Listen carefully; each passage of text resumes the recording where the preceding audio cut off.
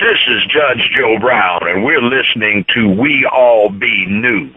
News-free Dixie for the 21st century. That's GREgory. Hey, good morning, Bob. How you doing? Happy day after Father's Day. Yes, sir. And happy first day of the summer solstice. Yes, sir. Yes. So everything was good. Yes, sir. It's great. Yeah, it's been a crazy year so far. It ain't over yet. That's a wild message you left me, man. I know more about that shit than anybody except the motherfuckers that did it. Yes, sir. Yes, sir. Who did you talk to? I talked to the actual guy. He was calling me like crazy last week. I mean, I was getting these strange phone calls from North Carolina Correctional Facility.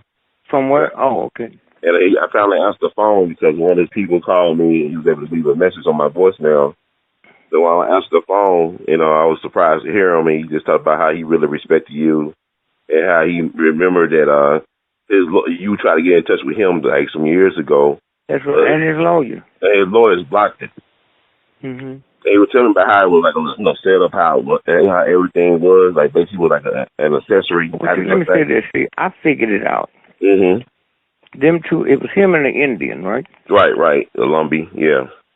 And they were petty thieves. Mm-hmm. And the cops that set him up told him they had some hot shit. And they bought it for nothing, and that was the shit out of the father's car. Mm. So why wouldn't they think they did it? Right. And they had no right to hide when they were trying to sell it, right? Yes, sir. And so here's the key.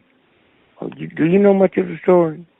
Yes, I know a little bit, outside of what he just told me and what I just researched. Yes, sir. Did they know that a state trooper said the car was new? Did they know that? No, he gave it to his father, bought it from a car salesman in Chicago. Mm-hmm. Delivered it to the father, and he put his card on the dashboard. Do you know about that? Yes, sir. You told me. I remember talking to you about that a couple of years ago. Yes, sir. On the dashboard. Mm-hmm. When the state troopers went up there and found it in the body, the card was there, and the state troopers don't know the day. Why, when he turned it in, they didn't say that. So they looking for the motherfucker for 3 or 4 days, and they know where the car is. Mm-hmm. The other thing is he shot in the aorta, right in the center of your chest. If I shoot you there from where you are now, and that blood was splashed all the way back to your house, there was no blood in the car. Mm. That alone will get him a new trial.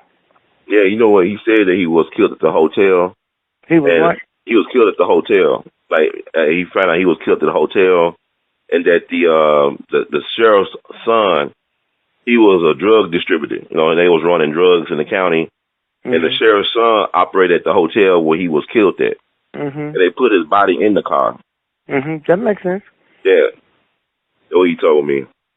Now, have he got a new lawyer or the same one? He got a new lawyer. He got lawyers actually trying to work for him to get him out and stuff. And, when I talked to him, he sounded, like a very intelligent dude. He just got caught up with the wrong people. He just got out of prison before that. Go ahead, I'm sorry. You see, he just got out of prison? No, before that happened, he was in prison about 2 years as a juvenile. Mm-hmm. And cause he was about 18 or whatever when he went to jail, I guess, or when that happened. See, I didn't have to talk to him. I could figure that one out. Yeah, that's why he had so much respect for him. Because the only reason he reached out to me because he saw a correctional officer or a cop told him about a YouTube video that we did where he talked about Michael Jordan, Magic Johnson, and a little bit about that case. So that's why he reached out to me. He saw the interview we did, or somebody saw the interview we did and told him. Okay. Yeah. I want to make sure he get to you because, you got this effect on people. People just really respect you. Even people like him.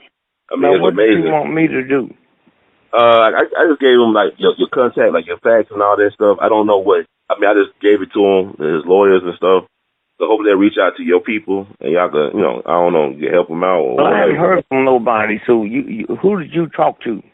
I talked to him and also to his, I believe, his sister. Okay. Now, Do you have their numbers? yes, sir. I can send it to you. Yes, sir. I don't know what time today you want to call them. I'll talk to them with you on the phone. Oh, okay. I just got to call them then, and I'll let them know. Now, he's in jail. Yes, sir. He's in North Carolina. Yes, sir. So he can't talk on the jail phone without them knowing. Not without them knowing, no, sir. Yeah. So the next best connection you got is the lawyer? Yeah, I never talked to the lawyer directly, but yeah, I can get you in touch with the lawyer. Uh-huh. Yes, you sir. say you can't talk to him directly? I have not talked to him directly. Like, he called me on a prepaid, jail phone, whatever. And his sister, I believe, was sending me information about the case, updated information about the case. So I guess it's best for you to call the sister if she's free right now. Yes, sir. Hold on. Let me see if I can get on the phone. Okay. All right. Yeah, I just sent her a text. Okay. So hopefully she'll call me back. But yeah, but they was really trying to get at me, man, last week. I didn't know. They were really trying to get at me last week because they were calling me like for the last several days last week. I didn't know what their number was.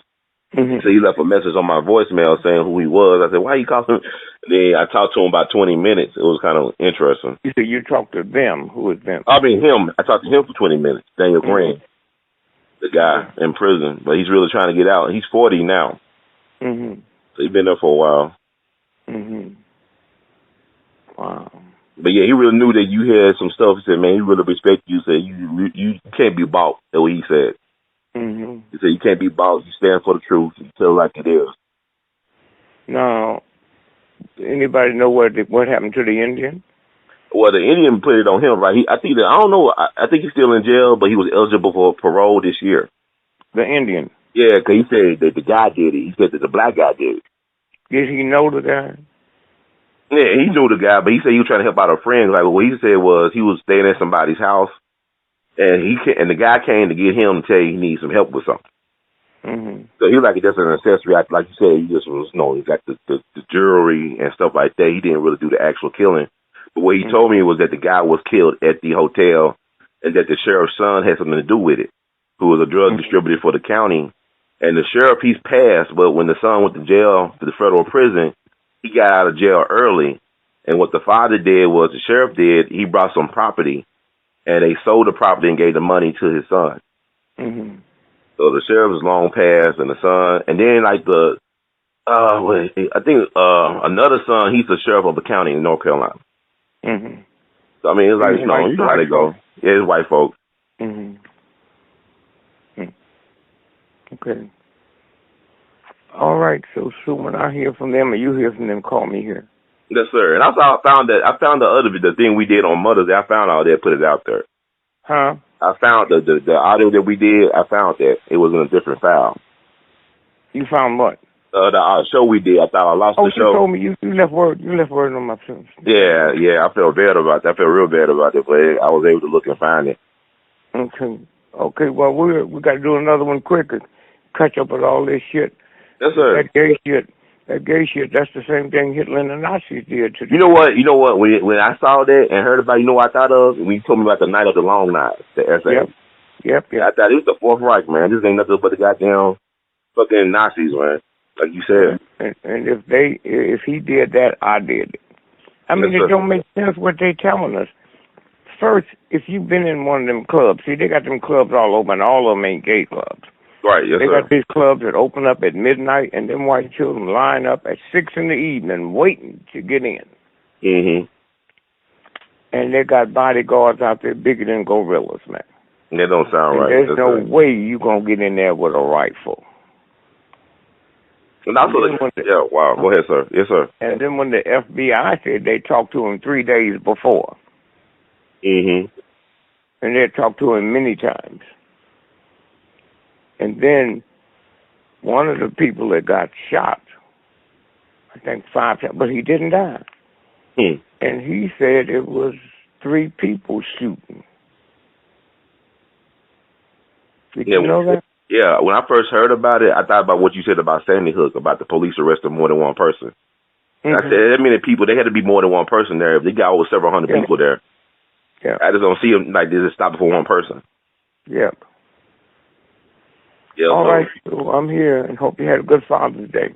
Oh, yeah, yes, sir. I don't got no kids that I know of out of wedlock. Yeah, but you had a daddy. I did have a dad. I had sperm donor. Yes, sir. Then that's Father's Day. Yes, sir. Yes, sir. What do you think about? What you thought about that game yesterday? I know you don't look at sports. What was your thoughts about that? Oh, I was watching it. You heard what the guy's wife said, didn't you? Yeah, Aisha Curry. Yes, sir. Yeah. So that was all tricked, man. And then they made it a good game. Did you see how long it stayed tied? 87-87. Right, like almost 5 minutes. You got one of the best 3-point shooters of all time, and they couldn't score a basket. That's crazy. Yeah, it do sound rigged. The game is in, but you told me that already. You already told her what time it was. Incredible, man. Now, the wife will probably end up saying she committed suicide because she's sorry about what she did. Oh, wow. Now, somebody's wife on the team have already, girlfriends have committed suicide, didn't they? But nah, I didn't know that. Wow, research that on. Something to this, to something else, I think. Okay, all right. Now, did they bust a referee 2 days ago?